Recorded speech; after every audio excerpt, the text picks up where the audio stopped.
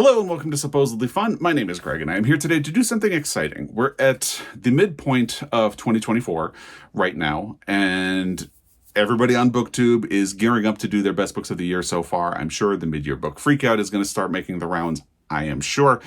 I wait until the end of June, like the beginning of July, because I like to wait until there have been like a full 6 months before I do my list, but it will be coming.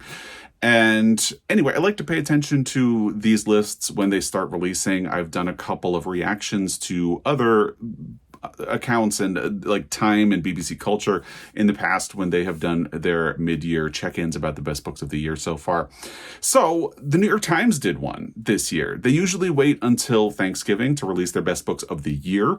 And this year they decided to do a best of the year so far in June. So of course I'm curious. I always follow the best books of the year when the New York Times Book Review releases that. The fact that they have done a best of the year so far makes me think. I immediately start spinning the wheels and thinking about whether or not any of these books will end up on the best of the year list when they get around to doing that. I think at least one of them, probably two, definitely have a chance on the fiction side. I think there are 7 fiction books and 5 nonfiction books, and we're going to run through all of those and just talk about them. So I don't want to take up too much of your time, but of course, because it's the New York Times, I was really interested in this. So let's take a look at the list. I will have links to all of these books on bookshop.org if you would like to check them out or get more information about them. Those will be affiliate links. If you enjoy this video or this helps spark interest in any of them, you could use those links and it would give, me a little bit of a kickback. Otherwise, always support your local independent bookstore, support your local library. That is always a good thing to do, and you don't have to just spend your own money. You can look for things like your library. Odds are they will have copies of these books. If they don't, you can request them, and there might be a bit of a wait, but it is a financially responsible way of reading these books as well. Let's jump in, and we're going to start with the fiction books. The first one is not a surprise at all. It's James by Percival Everett, which I read recently. Let's see what they say about it. They have short blurbs for every book that is on this list, so I'll read those and then talk a little bit about them. What they say is, in this reworking of The Adventures of Huckleberry Finn, Jim, the enslaved man who accompanies Huck down the Mississippi River, is the narrator, and he recounts the classic tale in a language that is his own, with surprising details that reveal a far more resourceful, cunning, and powerful character than we knew. When I read this, I admit I was a little bit disappointed. I really liked the book, but I feel like it veers in a different direction toward the end. The way I described it in a Friday Reads is that it starts to feel like a Quentin Tarantino movie, and I am not a fan of Quentin Tarantino movies. So I ended up feeling maybe a bit more muted on this than I had expected. This was one of my runaway, most anticipated books of the year. I've been wanting to read Percival Everett for a while, and I think what I talked about in that Friday Reads video was the burden of expectation, because since I have wanted to read Percival Everett for a long time, I've had expectations that are just soaring in the sky. And I think now when I read my next Percival Everett book, whatever it may be, if it's The Trees or something that he will be releasing in the future, whatever it is, I feel like I will have a much better idea of what a Percival Everett book is, and I can go in with more grounded and realistic expectations instead of just expecting to be knocked over and wowed immediately. I did get a signed copy of the book because I feel like there's a lot of potential for this book. Potential for this to be in the New York Times Book Review's 10 Best Books of 2024. Potential for this to be on the Booker long list. Potential for this to win the Pulitzer Prize for Fiction next year, although who knows if the jury for next year is going to decide to look for more unknown or overlooked books, because there's no way you can say that this would be a discovery for a Pulitzer jury. So we'll see, but I feel like there's a lot of potential for this with book prizes, end of year best lists, and so on in the future, even if I was a little more muted about it. So what's interesting as well is that the New York Times Book Review has a podcast, and they recently did a book club episode about James. And it was a really interesting discussion, especially because it did help me reconcile some of my feelings about the book. And it talked about some interesting things. Like even they say in this reworking of The Adventures of Huckleberry Finn, and one of the first things that they grapple with is, do you call this a reworking? Do you call this a reimagining? Or do you call this a retelling? Because there are ways in which it is a retelling of Huckleberry Finn from the perspective of James as he comes to be known throughout the book. There are ways in which it's a reimagining because it changes the direction of the story, changes some of the circumstances and things like that. And then there are ways in which it's a reworking because it does go in a different direction and change the tone of the character of James, but also of the book, and a little bit about the identity of Huckleberry Finn himself. And no spoilers, but that is an interesting discussion, and there are a lot of interesting things going on in this book. So again, I'm not surprised to see it here at all, even if I ended up feeling a little more muted on the book myself. That is James by Percival Everett. The next one is something that I saw a lot when it was published. It's Good Material by Dolly Alderton. But I admit, for whatever reason, I haven't looked into it very closely. And I certainly, I don't even really know what it's about, but I've heard good things about it, like loosely and vaguely. For whatever reason, I just haven't looked more closely. So maybe this is sort of a kick in the pants to actually do that. Here is the blurb from the New York Times. Alderton's novel about a 35-year-old struggling to make sense of a breakup delivers the most delightful aspects of romantic comedy. Snappy dialogue, realistic relationship dynamics, funny meet-cutes and misunderstandings, and leaves behind cliched gender roles and the traditional marriage plot. So maybe this is something that I should catch up on. I do tend to fall back on romantic books, or cinnamon bun books, I call them, whenever I need a break from more serious capital L literature like James by Percival Everett. So this might be, the fact that it's called snappy and funny means that it could definitely be something that I would respond to. I think this is much more likely to be on the 100 notable books that the New York Times does. I'll put links to their best books of last year, my reaction video to the best books of last year, and their 100 notable list from last year down below. I feel like that is a more likely place for this to end up. I'm not sure it would end up in the top 10 books of the year, although they usually do have at least one wild card that is something that you wouldn't expect. So maybe there's ground for Dolly Alderton to get in there with Good Material. And I have seen some people who I follow on Instagram, not so much on BookTube, but more on Instagram, talk about this book and enjoying it. So maybe I should take a closer look. If you've read Good Material, let me know what you thought of it. If you follow along and you know me, let me know if you think it's a Greg book, because that would also be a little bit helpful. Moving on to the next one, it's something I have a copy of, but have not gotten around to reading yet. It's Martyr by Kaveh Akbar. Here is what they say about it. A young Iranian-American aspiring poet and recovering addict grieves his parents' deaths while fantasizing about his own in Akbar's remarkable first novel, which, haunted by death, also teems with life, in the inventive beauty of its sentences, the vividness of its characters, and the surprising twists of its plot. This feels like a bit of an unconventional novel, very different from a lot of the other things that you would typically see on this list or see released or on bestseller lists. And I think that seems a little bit refreshing. Based on the way the first half of 2024 went for me, I knew I probably wasn't going to be able to fit this in, because in March I tried to read Irish and Scottish books so I could go on vacation, and then I was on vacation for a lot of May, and now in June I read Pride books. So I kind of knew that I was going to have to catch up to this book, and it definitely feels like something I want to catch up to. Definitely potential for this to be in the New York Times Book Review's top 10 books of the year. I feel like it's a shoo-in for 100 notable, but I think there's definitely room for this to be part of the conversation when it comes to best books of the year, and maybe even for book prizes. I wouldn't entirely be surprised to see this in the mix for say the Booker Prize. There's room for maybe the Pulitzer next year. It's so hard to tell which direction that is going to go, and I want to wait on talking about Pulitzer possibilities before I really go down that road. But there's definitely a lot of potential, and actually it's kind of interesting because visually there are kind of ties between these books. Obviously, there's a little bit of a black and gold. It's more orange on James, but there's that. And then just a hint of this little cartoonish detail. I have my finger over it on James. But visually, there's even a bit of a similarity between them, which I just kind of find a little bit interesting. Moving along, we have The Hunter by Tana French. Now, I have never read a Tana French book. I did think about reading one of Tana French's books when I was going to Ireland, and I have been struggling with mysteries and thrillers over the last few years. They used to be my go-to book or genre when I needed a break from serious literature. And I've really moved into more romance and cinnamon bun stuff because I've just struggle a lot with this current state of the mystery and thriller genre, and it can be very difficult to find good ones. And I think because I relied on them so much for such a long time, I eventually got tired of them and needed to do something different. Maybe someday I'll circle around to that. And I do think I want to try a Tana French book someday, but I'm not really prioritizing it.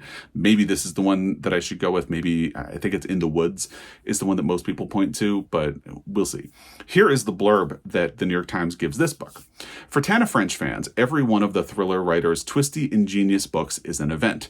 This one, a sequel to The Searcher, once again sees the retired Chicago cop Cal Hooper, a perennial outsider in the Irish West Country hamlet of Ardnakelty, I think that's how you pronounce that, caught up in the crimes, seen and unseen, that eat at the seemingly picturesque village.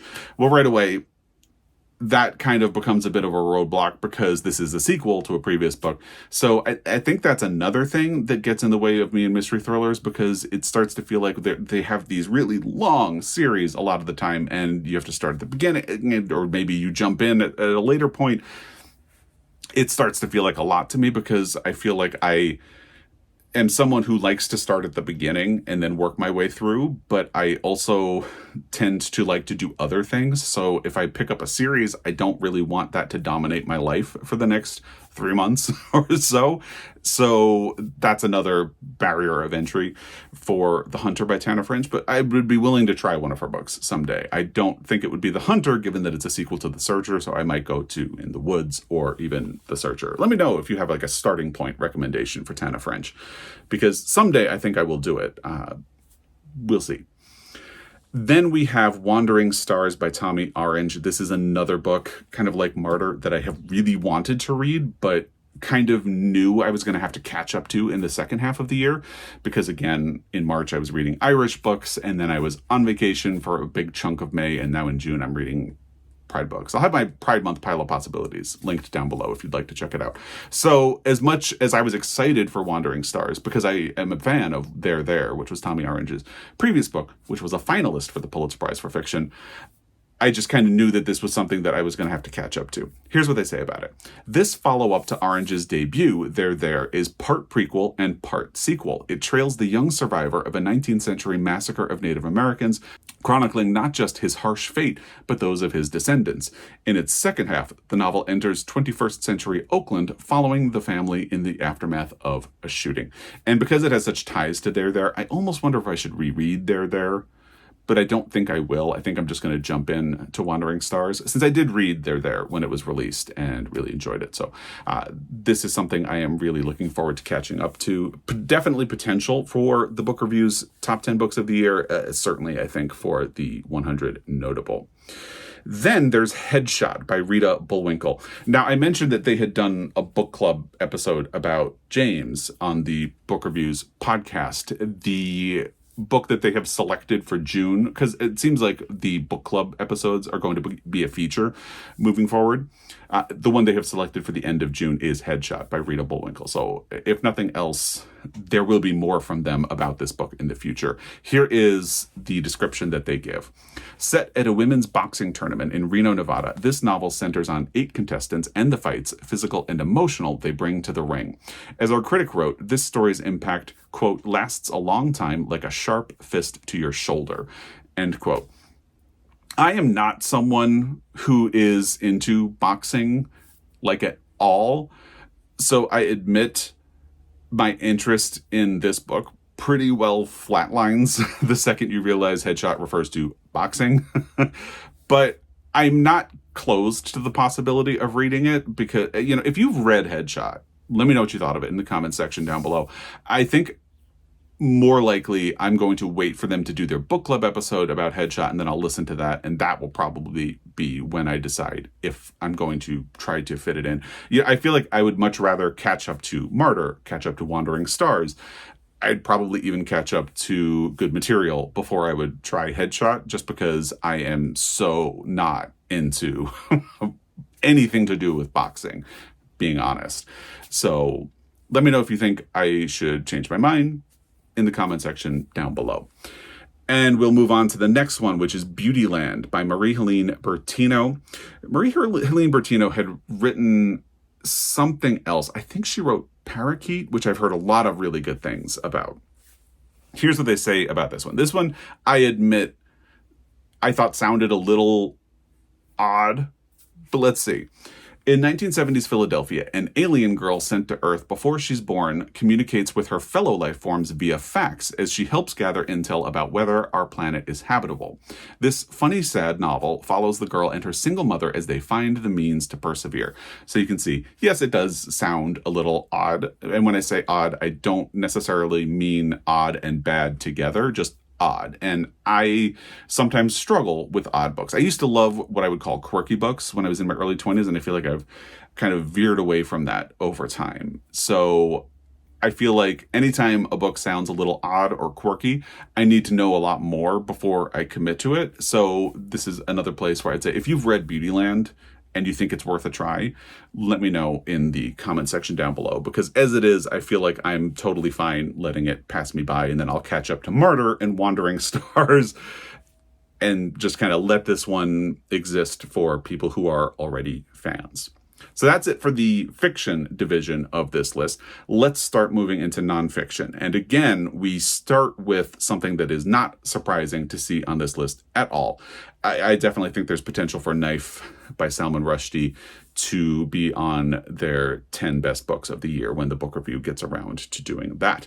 The full title is Knife, Meditations After an Attempted Murder by Salman Rushdie. If you are unfamiliar, Salman Rushdie has had a whole long past that's difficult to quickly summarize for anyone who's unfamiliar with him.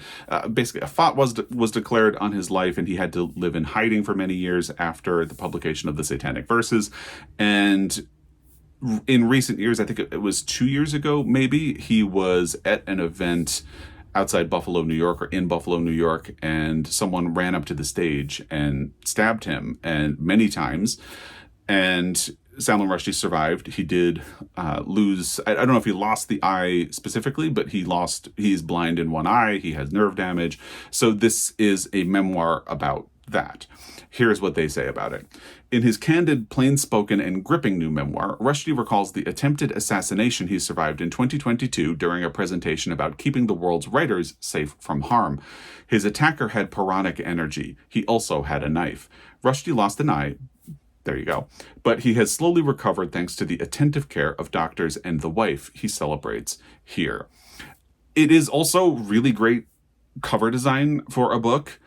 It's not too obvious. It's very subtle but impactful, and I kind of admire that. So this is another thing I would like to catch up to in the latter part of the year, as difficult as the subject matter clearly is. The next book on the nonfiction side is Everyone Who Is Gone Is Here: The United States, Central America, and the Making of a Crisis by Jonathan Blitzer. This is a book that I have completely not heard of before. Here is what they say in their blurb about it. This urgent and propulsive account of Latin American politics and immigration makes a persuasive case for a direct line from U.S. foreign policy in Central America to the current migrant crisis. Obviously, the migrant crisis is very much in the news right now. It is one of the big topics leading into the presidential election and just the general election and all the other different categories that people will be able to vote for in November in the United States. So for that reason, part of me thinks, yeah, it would be great to have a deeper understanding of that. But I also have huge anxiety and stress about the election, which makes me think I might wait until we're on the other side of the election to even think about reading this book. But if you've read it, again, I would love to hear what you have thought of it in the comment section down below. Let me know. Then we have Hampton Sides, The Wide, Wide Sea, Imperial Ambition, First Contact, and the Fateful Final Voyage of Captain James Cook. I have heard of this book. I've definitely heard of Hampton Sides, but I have never read one of Hampton Sides' books. Here is what they say about it. By the time he made his third Pacific voyage, the British explorer James Cook had maybe begun to lose it a little. The scientific aims of his first two trips had shifted into something darker. According to our reviewer, the historian Hampton Sides, quote, isn't just interested in retelling an adventure tale, he also wants to present it from a 21st century point of view. The Wide, Wide Sea fits neatly into a growing genre that includes David Grann's The Wager and Candice Millard's River of the Gods, in which famous expeditions, once told as swashbuckling stories of adventure, are recast within the tragic history of colonialism. End quote.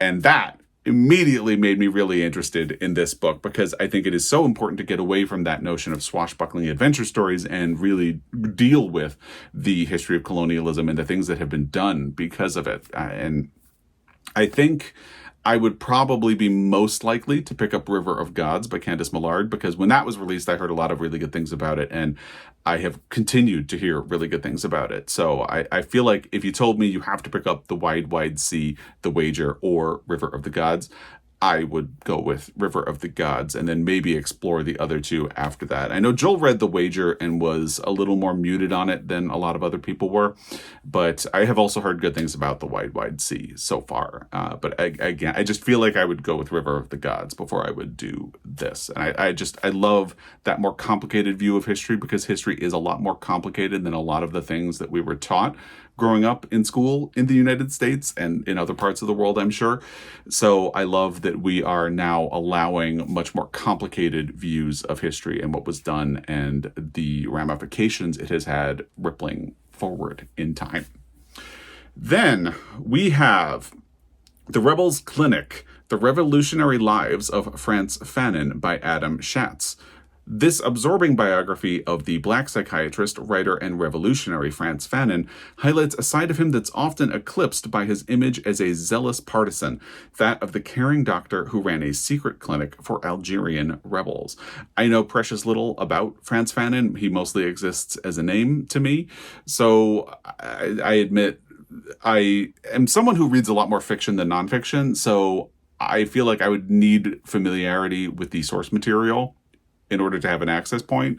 So I don't know that this is one that I would try, but if you've read it, let me know if you think there's an angle that should get me interested in it. Right now, I feel like I would just pass in favor of pretty much all of the fiction books or the Salman Rushdie book, and it is what it is. Then we have the last book on the New York Times' best books of 2024 so far. It's Fi or Fi. I don't know. It's just FI. I would have looked this up if I had. I was trying not to be familiar with the books before I opened this, so this is where that goes wrong. Anyway, it's a memoir by Alexandra Fuller. Alexandra Fuller wrote Don't Let's Go to the Dogs Tonight. Earlier this year, I did a video where I tried a bunch of books that I've had on my bookshelves for a really, really long time and hadn't gotten to them. And one of the books I tried out in that to see if I wanted to hold on to it was Don't Let's Go to the Dogs Tonight. And I think I had kind of assumed that Don't Let's Go to the Dogs Tonight would be a little bit oblivious about, or just, it wouldn't have aged well given the presence of like white people in Africa, but it actually is very much grappling with that. So I held on to it. It's still on my shelf somewhere. My nonfiction is back there along with graphic novels and horror/mystery thriller. But yeah, it's in there somewhere and I would like to get to it. I feel like I would probably start with Don't Let's Go to the Dogs Tonight, even without having read the blurb of this one. I would start there. And I think she has other memoirs as well, but I would definitely start with Don't Let's Go to the Dogs Tonight. Here, let's see what they say about this one. In her fifth memoir, wow. Fuller describes the sudden death of her 21-year-old son. Devastating as this elegant and honest account may be, it's certainly not for the faint of heart. It also leaves the reader with a sense of having known a lovely and lively young man. That does sound really difficult. I've heard really great things about Alexandra Fuller and her memoirs. I'll link the video where I did that exploration into some books that I had on my shelf for a really long time, because there was also great feedback in the comments about not just Don't Let's Go to the Dogs Tonight, but about Alexandra Fuller as well. So I didn't even realize she had a new memoir out.